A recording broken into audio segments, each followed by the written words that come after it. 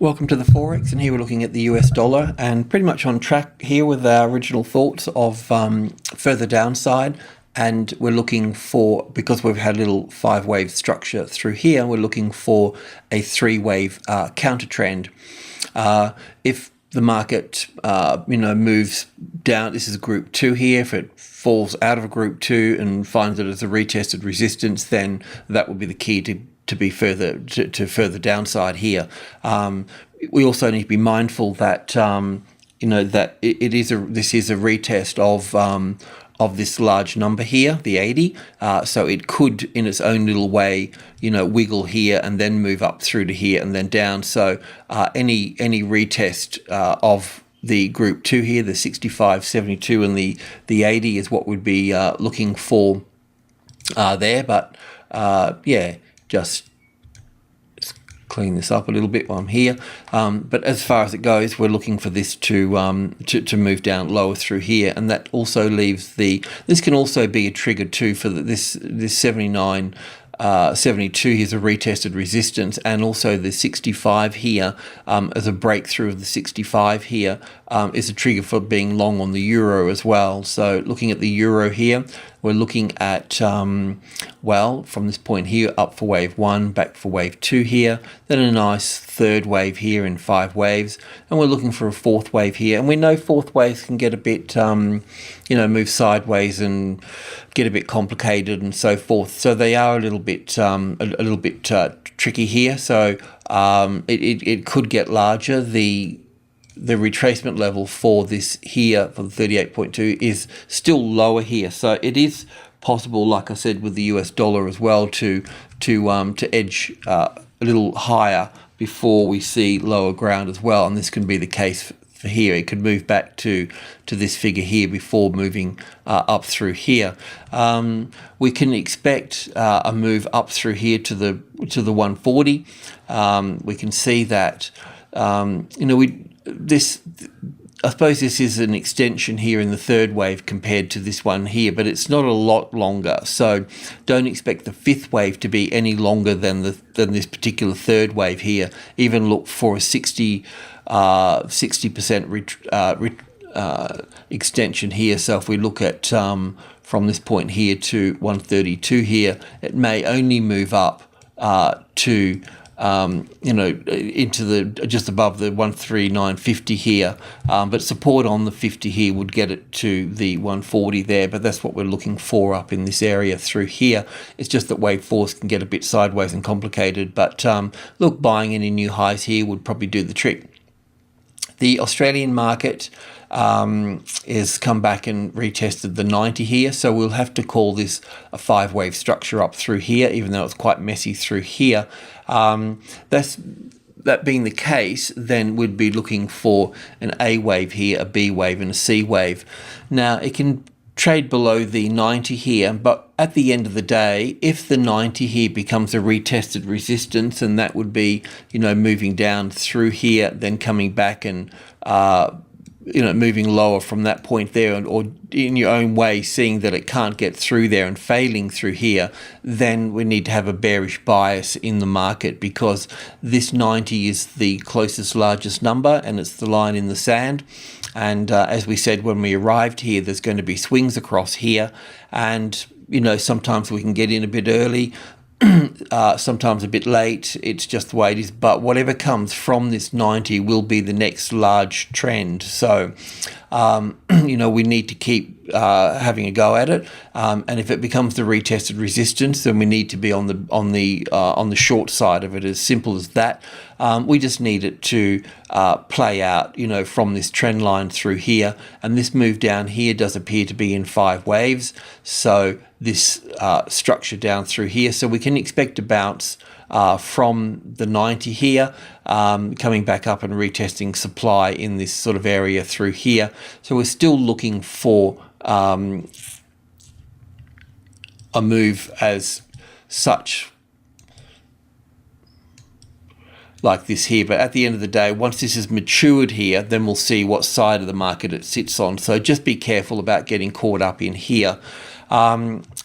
moving on to the yen crosses, and I might just start with the US dollar yen this time because there is weakness on the horizon for the US dollar yen here, in terms of we're looking for on the weekly chart here, just 1, 2, 3, cross for 4 and up for 5 here, to make wave 1 here. Okay, so we are looking for a wave 2 pullback here, and this, what we've got here, is a little bit too small so far, so we're looking at this being wave A, and wave B, and wave C. It also could be wave 1, 2, 3, 4, 5, and then a B wave, and then a C wave. So it could get a little bit more complicated, but let's just have a look at this here and see where we are for the time being here. So on the daily chart here, we're looking at this as being the A wave down, the B wave back up, and the C wave down. So this B wave here would normally retrace, 50-60% of this length down through here. So we are in that particular space here at the moment. And we'd also be looking, if this was a B wave here, it would be in 3 waves, and it is. We've got an A and a B and a C here, and the C wave here would have 5 waves moving up into it. So if we drill down into that, we'll be looking at this move up through here as being the C wave and being in 5 waves as well. Now, because we've had a sharp sort of sell-off here, we could consider the top being in play here. So we need to look for any sort of further weakness here. But at the same time, I just want to point out that we are at 103, and 103 is the top of group 1. And what's occurring here is normal for a bull market. So that means that we would always see swings at the number 3 at the top of group 1, and they can also come back lower as well. They could also come back to here as well. So we would need a clear sort of rejection of this high here to call in the C wave to the downside here. It's just something that we'll look at over the week ahead. But if this, on the flip side, if the Elliott count is wrong here, and we get a move up from here after a sort of A, B, C correction across here and a reference point here, then we'll look to go long from that point there. But just pointing out that there is a bear in the air, and we need to be mindful of these current highs that we've got here. That said, we're looking at. We'll go back and have a look at the other yen crosses. The Australian yen cross is the same as well through here. So basically an A and a B and a C wave moving up through here, but we don't normally focus on that. We normally focus on the pound yen. And with the pound yen here, keeping in mind the US dollar yen situation, we can see that this one's been sold off much more here from this high here. The 3 here is also top of a group 1 as well, so it's normal for the top of group 1 to come back in and bite on the number 2 here, the pivot within group 1. But if the pivot becomes the resistance here, then we'll see it further to the downside. We'll basically pull back to the 170 here. So there can be a larger picture unfolding from the top here. In this case here, would have to label this wave structure up here like this in terms of 5 waves now, because this one's pulling back a little bit, pulling back the way it is. But let's allow 1 or 2 sessions to develop before we call it in as a bearish market. But I'm just pointing out that there is that sort of bear in the air there. And the same for the euro yen as well. On the daily chart here, the bigger picture here is slightly different, but we've had this as an A and a B and a C here, which can be right, and then we're looking at this being 1 and 2 and 3 and 4 and 5 to the upside. But we also need to, because of the other yen crosses doing what they're doing, we need to be mindful that this can be the alternative B wave coming up through here in 3 waves and failing from here and moving back down through here. So if the pivot, the 142, becomes a retested resistance, then that would be on track for lower ground there. The Euro Australian that we've been sort of tracking, we were looking for an A and a B and a C back to the 153, but we said if the 153 becomes the support there, and it obviously gapped up and then came back and tested it, then it will be moving up from that point there.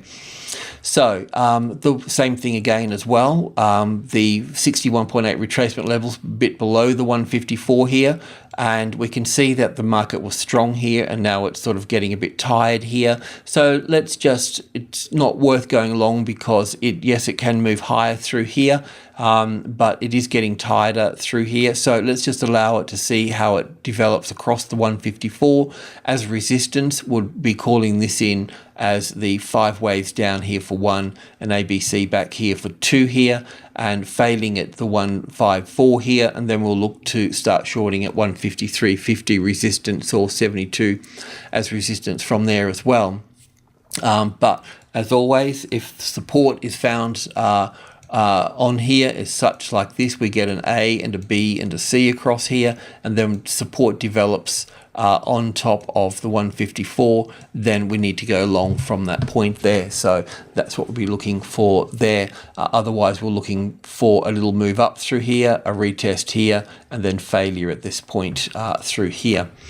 Alrighty, that's it for the Forex. So look, not a lot to report, and things, the yens are moving into corners that they need to come out from, and a lot of it will just depend on the US dollar here. So we know that the move down through here on the US dollar is not completed, so we should see weakness on this side here. That's the main point to keep into play. The only other important thing, while it's in group 2, it can move back up here higher in terms of an A, a little A, B, C here, and then a B wave up, C wave up here. I'll just draw that out here because this is obviously the A wave. A B wave is always in 3, so it can move like this here as the B wave, an A, B, and C, and then the C wave moving up through here and then failing from there.